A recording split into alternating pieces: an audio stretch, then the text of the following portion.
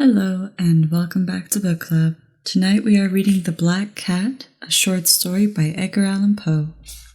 For the most wild yet most homely narrative which I am about to pen, I neither expect nor solicit belief. Mad indeed would I be to expect it, in a case where my very senses reject their own evidence. Yet mad I am not, and very surely I do not dream. But tomorrow I die, and today I would unburden my soul. My immediate purpose is to place before the world, plainly, succinctly, and without comment, a series of mere household events. In their consequences, these events have terrified, have tortured, have destroyed me, yet I will not attempt to expound them. To me they have presented little but horror, to many they will seem less terrible than Baroque's. Hereafter perhaps some intellect may be found which will reduce my phantasm to the commonplace, some intellect more calm, more logical, and far less excitable than my own, which will perceive in circumstances I detail with awe nothing more than an ordinary succession of very natural causes and effects. From my infancy I was noted for the docility and humanity of my disposition. My tenderness of heart was even so conspicuous as to make me the jest of my companions. I was especially fond of animals, and was indulged by my parents with a great variety of pets. With these I spent most of my time, and was never so happy as when feeding and caressing them. This peculiarity of character grew within my growth, and in my manhood I derived from it one of my principal sources of pleasure. To those who have cherished an affection for the faithfulness of a dog, I need hardly be the trouble of explaining the nature or intensity of the gratification thus derivable. There is something in the unselfish and self-sacrificing love of a brute which goes directly to the heart of him who has frequent occasion to test the paltry friendship and gossamer fidelity of mere man. I married early, and was happy to find my wife of a disposition not uncongenial with my own. Observing my particularity for domestic pets, she lost no opportunity in procuring those of the most agreeable kind. We had birds, goldfish, a fine dog, rabbits, a small monkey, and a cat. The latter was a remarkably large and beautiful animal, entirely black, and sagacious to an astonishing degree. In speaking of its intelligence, my wife, who at heart was not a little tinctured with superstition, made frequent allusion to the ancient popular notion which regarded all black cats as witches in disguise. Not that she was ever serious upon this point, and I mentioned the matter at all for no better reason than that it happens, just now, to be remembered. Pluto, this was the cat's name, was my favorite pet and playmate. I alone fed him, and he attended me wherever I went about the house. It was even with difficulty that I could prevent him from following me through the streets. Our friendship lasted in this manner for several years, during which my general temperament and character, through the instrumentality of the fiend intemperance, had, I blush to confess it, experienced a radical alteration for the worse. I grew, day by day, more moody, more irritable, more regardless to the feelings of others. I suffered myself to use intemperate language with my wife. At length I even offered her personal violence. My pets, of course, were made to feel the change in my disposition. I not only neglected, but ill-used them. For Pluto, however, I still retained sufficient regard to restrain me from maltreating him, as I made no scruple of maltreating the rabbits, the monkey, or even the dog, when by accident or through affection they came in my way. But my disease grew upon me. For what disease is like alcohol? And at length even Pluto, who was now becoming old and consequently somewhat peevish, even Pluto began to experience the effects of my ill temper. One night, returning home, much intoxicated from one of my haunts about town, I fancied that the cat avoided my presence. I seized him, when, in his fright at my violence, he inflicted a slight wound upon my hand with his teeth. The fury of a demon instantly possessed me. I knew myself no longer. My original soul seemed at once to take its flight from my body, and more than fiendish malevolence, gin-natured, thrilled every fibre of my frame. I took from my waistcoat pocket a penknife, opened it, grasped the poor beast by the throat, and deliberately cut one of its eyes from the socket. I blush, I burn, I shudder, while I pen the damnable atrocity. When reason returned with the morning, when I had slept off the fumes of the night's debauch, I experienced a sentiment half of horror, half of remorse for the crime of which I had been guilty, but it was at best a feeble and equivocal feeling that the soul remained untouched. I again plunged into excess and soon drowned in wine all memory of the deed. In the meantime, the cat slowly recovered. The socket of the lost eye presented, as it is true, a frightful appearance, but he no longer appeared to suffer any pain. He went about the house as usual, but, as it might be expected, fled in extreme terror at my approach. I had so much of my old heart left as to be at first grieved by this evident dislike on the part of a creature who had once so loved me, but this feeling soon gave place to irritation, and then came, as if to my final and irrevocable overthrow, the spirit of perverseness. Of this spirit philosophy takes no account. Yet I am not more sure that my soul lives than I am that perverseness is one of the primitive impulses of the human heart, one of the indivisible primary faculties or sentiments which gave direction to the character of man. Who has not, 100 times, found himself committing a vile or stupid action for no other reason than because he knows he should not? Have we not a perpetual inclination, in the teeth of our best judgment, to violate that which is law, merely because we understand it to be such? This spirit of perverseness, I say, came to my final overthrow. It was this unfathomable longing of the soul to vex itself, to offer violence to its own nature, to do wrong for the wrong's sake only, that urged me to continue and finally to consummate the injury that I had inflicted upon the unoffending brute. One morning, in cold blood, I slipped a noose about its neck and hung it to the limb of a tree, hung it with the tears streaming from my eyes and with the bitterest remorse at my heart, hung it because I knew that it loved me, and because I felt it had given me no reason of offense, hung it because I knew that in so doing I was committing a sin, a deadly sin that would so jeopardize my immortal soul as to place it, if such a thing were possible, even beyond the reach of infinite mercy of the most merciful and most terrible God. On the night of the day on which this most cruel deed was done, I was aroused from sleep by the cry of a fire. The curtains of my bed were in flames. The whole house was blazing. It was with great difficulty that my wife, a servant, myself, made our escape from the conflagration. The destruction was complete. My entire worldly wealth was swallowed up, and I resigned myself thenceforward to despair. I am above the weakness of seeking to establish a sequence of cause and effect between the disaster and the atrocity, but I am detailing a chain of facts and wish not to leave even a possible link imperfect. On the day succeeding the fire, I visited the ruins. The walls, with one exception, had fallen in. This exception was found in a compartment wall, not very thick, which stood about the middle of the house, and against which had rested the head of my bed. Plastering had here, in great measure, resisted the action of the fire, a fact which I attributed to its having been recently spread. About this wall a dense crowd were collected.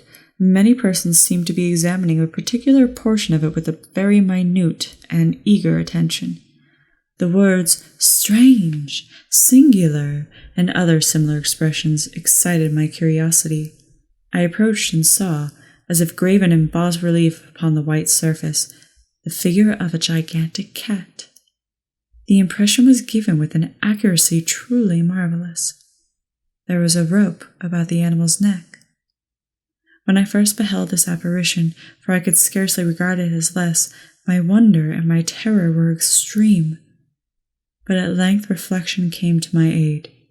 The cat, I remembered, had been hung in the garden adjacent to the house.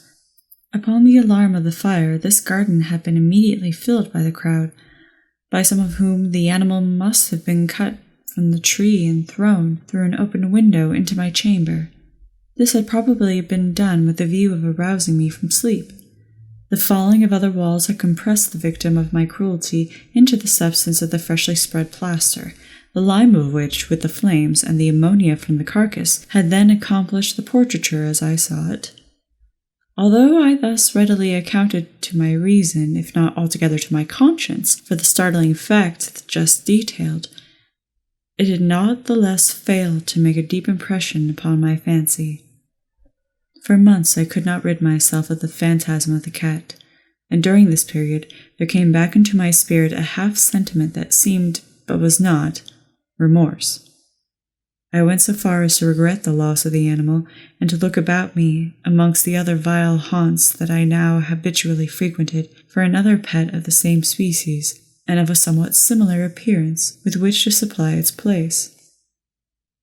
One night as I sat, half stupefied, in a den of more than infamy, my attention was suddenly drawn to some black object, reposing upon the head of one of the immense hogsheads of gin or of rum, which constituted the chief furniture of the apartment. I had been looking steadily at the top of this hogshead for some minutes, and what now caused me surprise was the fact that I had not sooner perceived the object thereupon. I approached it, and I touched it with my hand. It was a black cat, a very large one, fully as large as Pluto, and closely resembling him in every respect but one. Pluto had not a white hair upon any portion of his body, but this cat had a large, although indefinite splotch of white, covering nearly the whole region of the breast. Upon my touching him, he immediately arose, purred loudly, rubbed against my hand, and appeared delighted with my notice. This, then, was the very creature of which I was in search. I at once offered to purchase it from the landlord, but this person made no claim to it, knew nothing of it, and had never seen it before. I continued my caresses, and when I prepared to go home, the animal evinced a disposition to accompany me. I permitted it to do so, occasionally stooping and patting at it as I proceeded. When it had reached my house, it domesticated itself at once, and became immediately a great favorite with my wife. For my own part, I soon found a dislike to it arising within me. This was just the reverse of what I had anticipated, but I knew not how or why it was. Its evident fondness for myself rather disgusted and annoyed me. By slow degrees, these feelings of disgust and annoyance rose into bitterness of hatred. I avoided the creature. A certain sense of shame and the remembrance of my former deed of cruelty prevented me from physically abusing it. I did not for some weeks strike or otherwise violently ill-use it, but gradually, very gradually, I came to look upon it with an unutterable loathing, and to flee silently from its odious presence as from the breath of a pestilence. What added no doubt to my hatred of the beast was the discovery on the morning that I brought it home that, like Pluto, it had also been deprived of one of its eyes. This circumstance, however, only endeared it to my wife, who, as I have already said, possessed in a high degree that humanity of feeling which had once been my distinguishing trait, and the source of many of my simplest and purest pleasures. With my aversion to the cat, however, its partiality for me seemed to increase. It followed my footsteps with a pertinacity which would be very difficult to make the reader comprehend. Whenever I sat, it would crouch beneath my chair, or spring upon my knees, covering me with its loathsome caresses.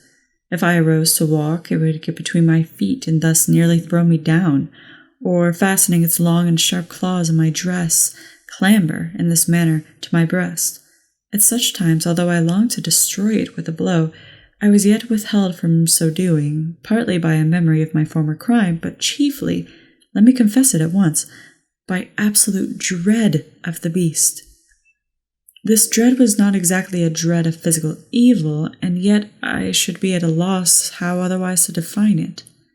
I am almost ashamed to my own, yes, even in this felon's cell, I am almost ashamed to own that the terror and horror with which the animal inspired in me had been heightened by one of the merest chimeras it would be possible to conceive.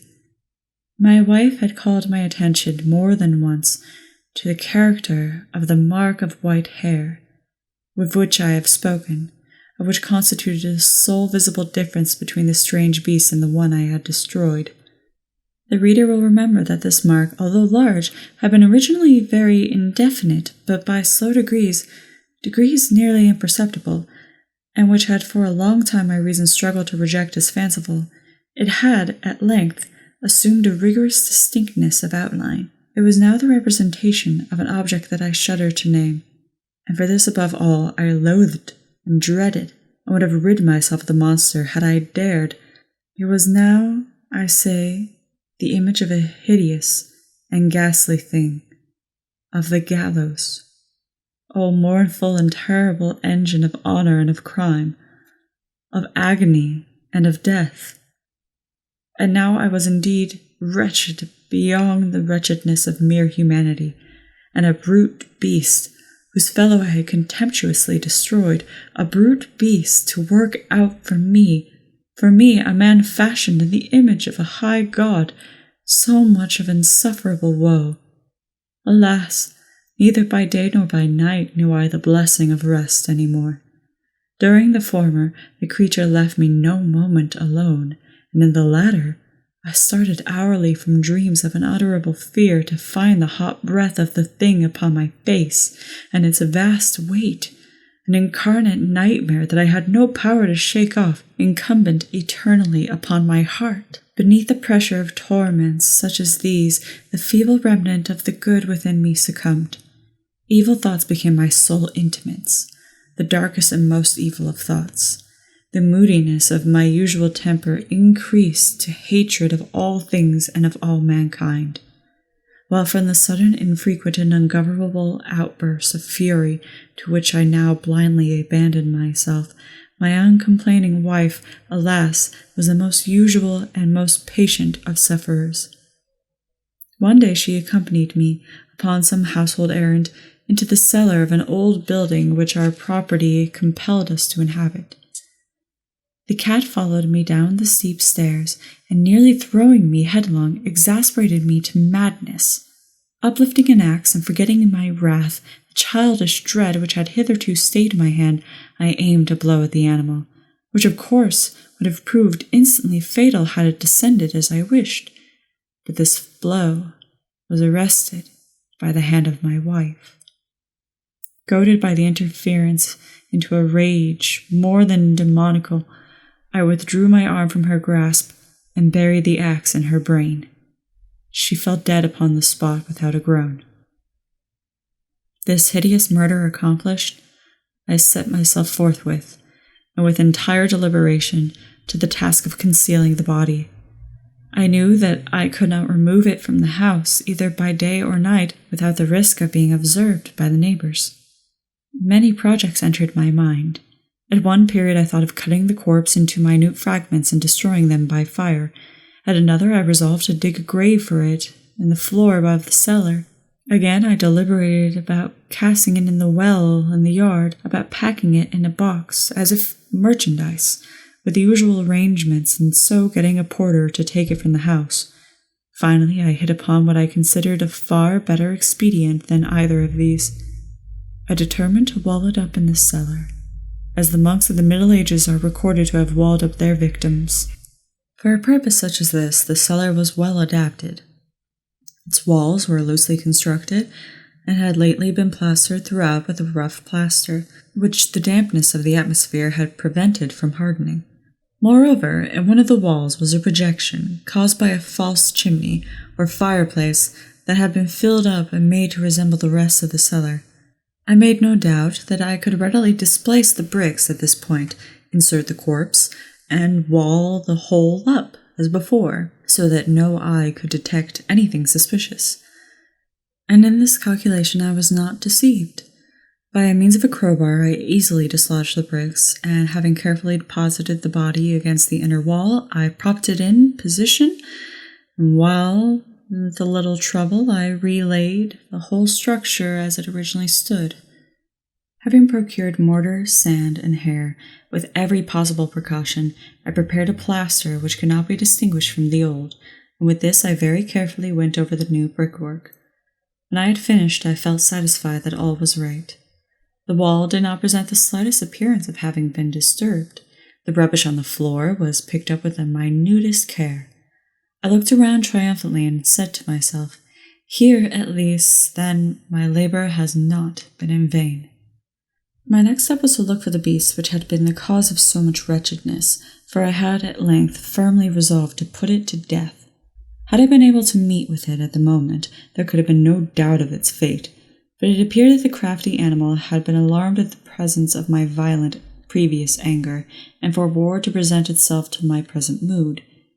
It is impossible to describe or to imagine the blissful sense of relief which the absence of the detested creature occasioned in my bosom. It did not make its appearance during the night, and thus, for one night at least since its introduction into the house, I soundly and tranquilly slept. I slept, even with the burden of murder upon my soul. The second and third day passed, and still my tormentor came not. Once again I breathed as a free man. The monster, in terror, had fled the premises forever. I should behold it no more. My happiness was supreme. The guilt of my dark deed disturbed me but a little. Some few inquiries had been made, but these had been readily answered. Even a search had been instituted, but of course nothing was to be discovered. I looked upon my future felicity as secured. Upon the fourth day of the assassination, a party of police came, very unexpectedly, into the house, and proceeded again to make a rigorous investigation of the premises. Secure, however, in the inscrutability of my place of concealment, I felt no embarrassment whatsoever. The officers bade me accompany them again in their search. They left no nook or corner unexplored. At length, for the third or fourth time, they descended into the cellar. I quivered not in a muscle. My heart beat calmly as that of one who slumbers in innocence. I walked the cellar from end to end.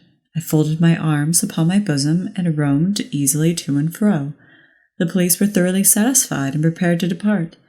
The glee at my heart was too strong to be restrained. It burned to say, if but one word, by way of triumph, and to render doubly sure their assurance of my guiltlessness. "Gentlemen," I said at last, as their party descended the steps, "I delight to have allayed your suspicions.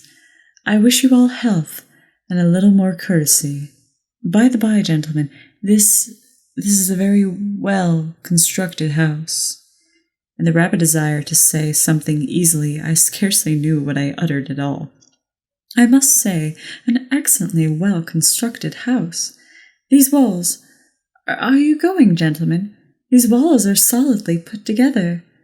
And here, through a mere frenzy of bravado, I rapped heavily with a cane which I held in my hand upon that very portion of the brickwork behind which stood the corpse of the wife of my bosom.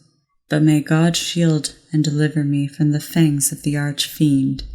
No sooner had the reverberation of my blows sunk into silence than I was answered by a voice from within the tomb, by a cry, at first muffled and broken like the sobbing of a child, and then quickly swelling into one long, loud, and continuous scream, utterly anomalous and inhuman, a howl, a wailing shriek, half of horror and half of triumph, such as much arisen only out of hell, conjointly from the throats of the damned in their agony, and of the demons that exult in the damnation. Of my own thoughts it is folly to speak. Swooning, I staggered to the opposite wall. For one instant, the party on the stairs remained motionless, through extremity of terror and awe. In the next, a dozen stout arms were toiling at the wall. It fell bodily.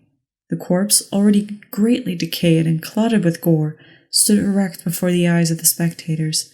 Upon its head, with red extended mouth and solitary eye of fire, sat the hideous beast whose craft had seduced me into murder, and whose informing voice had consigned me to the hangman. I had walled the monster up within the tomb. My deepest apologies for how fucked up that was.